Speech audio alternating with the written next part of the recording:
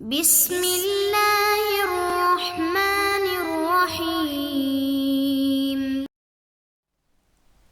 نحمده ونصلی علی رسولہ الکریم والحمد للہ رب العالمین۔ باب اعانت الرفیق یعنی رفیق سفر کی مدد کرنے کا بیان۔ امام نووی رحمہ اللہ یہاں پہ سفر کا ایک اور ادب بیان فرما رہے ہیں کہ سفر کا ادب یہ ہے کہ جو آپ کے رفیق ہیں یعنی رفیق سفر ہیں، آپ کے ساتھی ہیں، ان کو جہاں آپ کی مدد کی ضرورت پیش آئے وہاں ان کی مدد کی جائے۔ تو احادیث کی روشنی میں امام نووی رحمہ اللہ اس بات کو ثابت فرما رہے ہیں۔ فی الباب احادیث کثیرۃ تقدمت کحدیث واللہ فی عون العبد ما کان العبد فی عون اخی وحدیث کل معروف صدقہ واشباہہما۔ اور اس باب سے متعلقہ بہت سی احادیث پہلے گزر چکی ہیں، جیسے کہ حدیث اللہ تعالیٰ اپنے بندے کی مدد کرتا رہتا ہے جب تک کہ وہ اپنے بھائی کی مدد میں رہتا ہے، اور یہ حدیث کہ ہر نیکی صدقہ ہے، اور اس جیسی دیگر احادیث، اور یہاں بھی اس جیسی کچھ احادیث بیان کی جائیں گی۔ وعن ابی سعید خدری رضی اللہ عنہ قال بینما نحن فی سفر اذ جاء رجل على راحلة له فجعل يصرف بصره يمينا وشمالا فقال رسول الله صلى الله عليه وسلم من كان معه فضل الظهر فليعد به على من لا ظهر له۔ حضرت ابو سعید خدری رضی اللہ عنہ سے روایت ہے کہ ایک دن ہم سفر میں تھے، ایک آدمی سفاری پر آیا اور دائیں بائیں اپنی نظر پھیر کر دیکھنے لگا،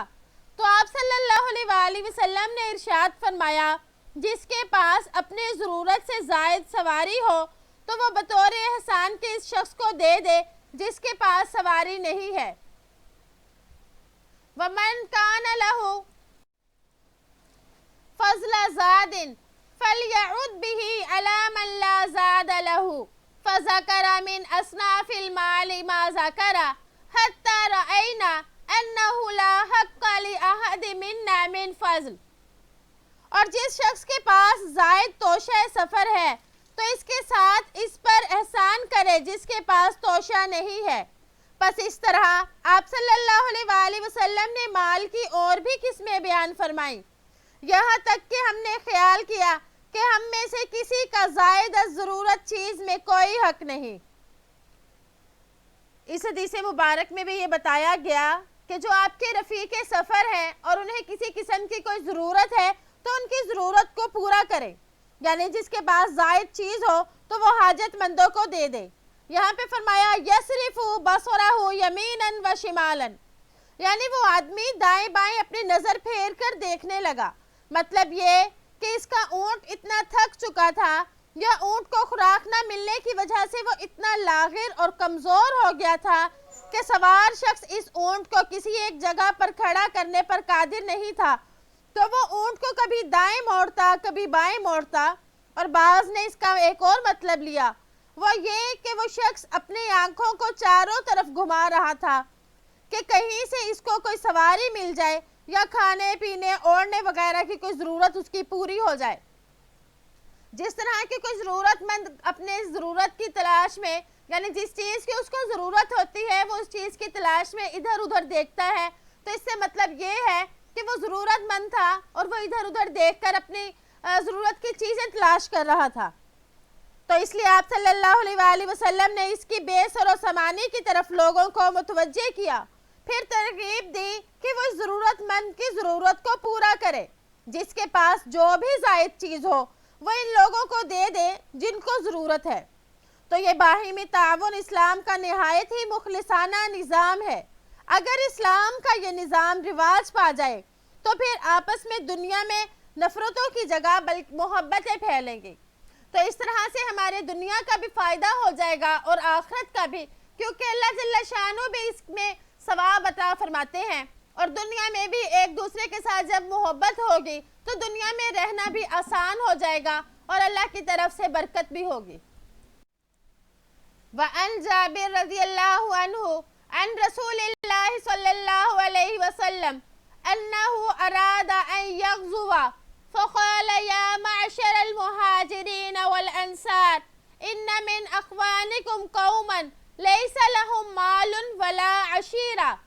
فليضم احدهم اليه الرجلين والثلاثة فما لأحدنا من ظهر يحمله الا عقبة كعقبة يعني احدهم قال فضممت الي اثنين او ثلاثة وما لي الا عقبة كعقبة احدهم من جمل. رواہ ابو داود. حضرت جابر رضی اللہ عنہ بیان فرماتے ہیں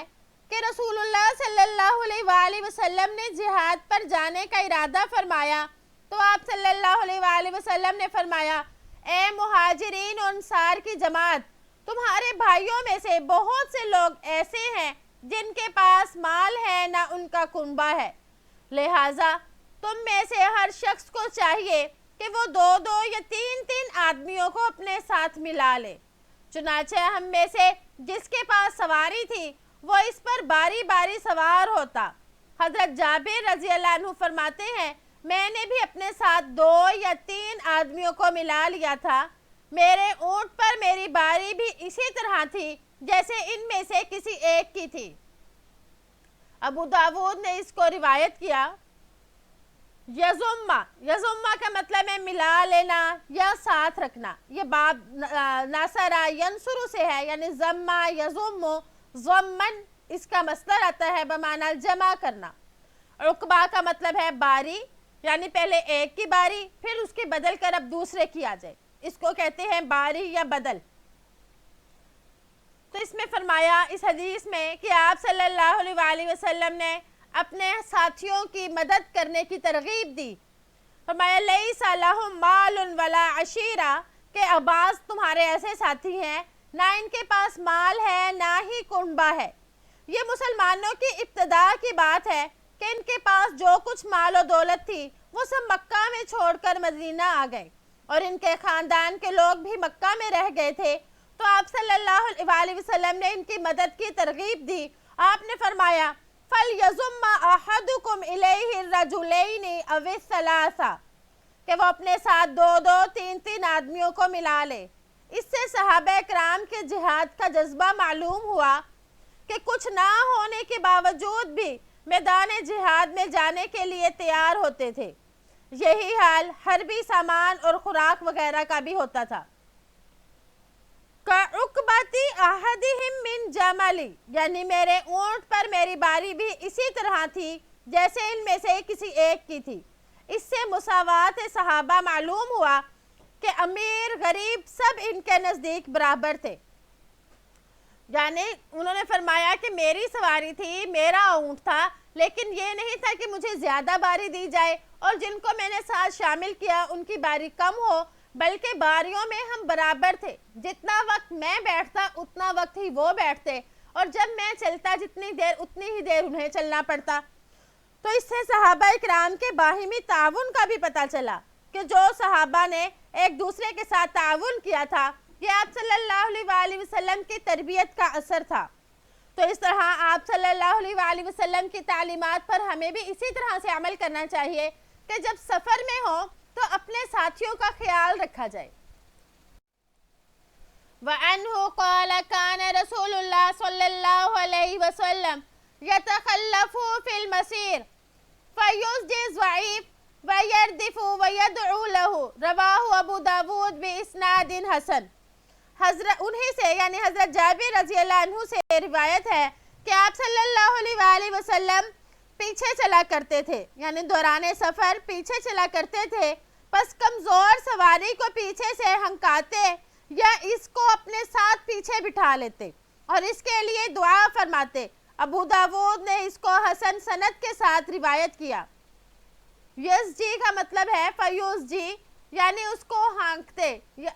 جو کمزور سواری ہوتی تو آپ صلی اللہ علیہ وآلہ وسلم اس کو آگے کرنے کی کوشش کرتے، یا پھر ایسا ہوتا کہ آپ اس کے سوار کو اپنے پیچھے بٹھا لیتے۔ کو مطلب یہ ہے کہ آپ صلی اللہ علیہ وآلہ وسلم جب سفر میں ہوتے تو آپ کی عادت شریفہ یہ ہوتی کہ آپ تمام ساتھیوں کا خیال کرتے، جو کمزور ہوتے ان کا بھی خیال کرتے، اور آپ پیچھے چلتے. یعنی آپ صلی اللہ علیہ وآلہ وسلم جو ہے امیر لشکر ہوتے، لیکن امیر لشکر ہونے کے باوجود آگے چلنے کی بجائے لوگوں کے پیچھے چلے تاکہ کمزوروں اور بے سہارا لوگوں کی بھی مدد کر سکیں، اور اپنے لوگوں کے لیے دعا بھی کرتے کہ اللہ جل شانہ ان کی دعا کی برکت سے کمزوروں کا ازالہ کر دے.